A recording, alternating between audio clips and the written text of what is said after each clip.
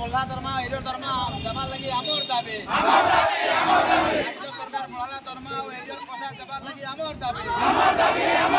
राज्य सरकार पढ़ला तो पैसा और एरियर पैसा देवार लगी आमर दाबी राज्य सरकार पढ़ला पैसा एरियर पैसा देवार लगी म्युनिसिपालिटी कर्तृपक्ष आमर दाबी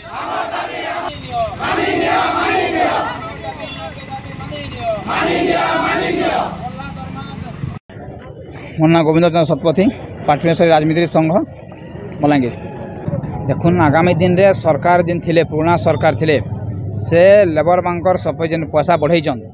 2020 रु एमाने 308 रे पाउछन जेतु राज्य सरकार 3 तो 4 तो माने डिक्लेयर करन पैसा बढ़ाइनो लेबर बांकर किंतु आज दिन तक तांकर से बढ़ला पैसा आ से एरियर पैसा आज दिन तक से नहीं पाबार जेहेतु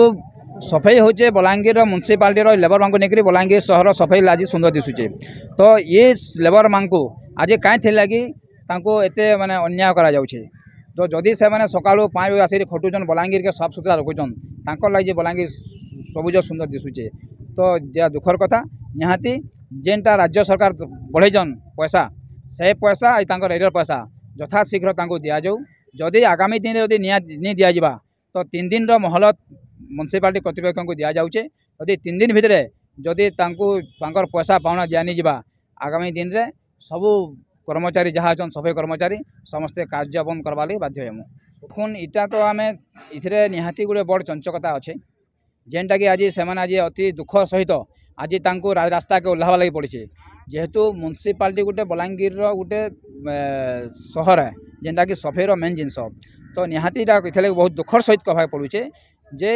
ये जेन सफाई कर्मचारी अच्छन आज रास्ता के नहीं ओह्लावा कथा जितकी भी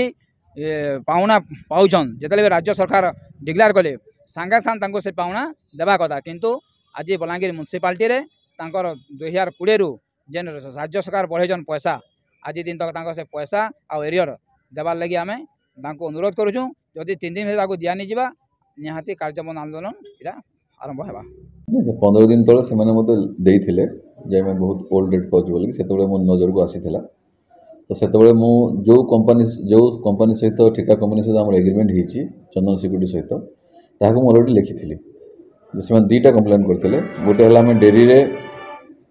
लेट्रे पाचु एवं कम पाचु मुझे लिखी जे स्टेप नि जमी से गवर्नमेंट रेट अनुसार मारे जेहतु एग्रीमेंट अच्छी ये गवर्नमेंट जहाँ भी रेट हम से देव म्युनिसिपालिटी से यूर करना एवं से पेमेंट कर सारापर आमको प्लेस करके पैसा नावा कथा तो से बोलिक आम अलरेडी चिठी लिखी एवं लेबर डिपार्टमेंट को मुझे चिठी लिखी देती जे एमती गोटे कंप्लेन आसी ठिका संस्था उपर आपन देखूँ जमी लेबर मैंने आम एज पर दि गवर्नमेंट गाइडलाइंस से पाइबे नहीं सर आप जो कहले पौर कर्मचारी सर से नुहति आम सर ठिका कर्मचारी से पौर कर्मचारी नुहति सर तो ठिका कर्मचारी जब देवनी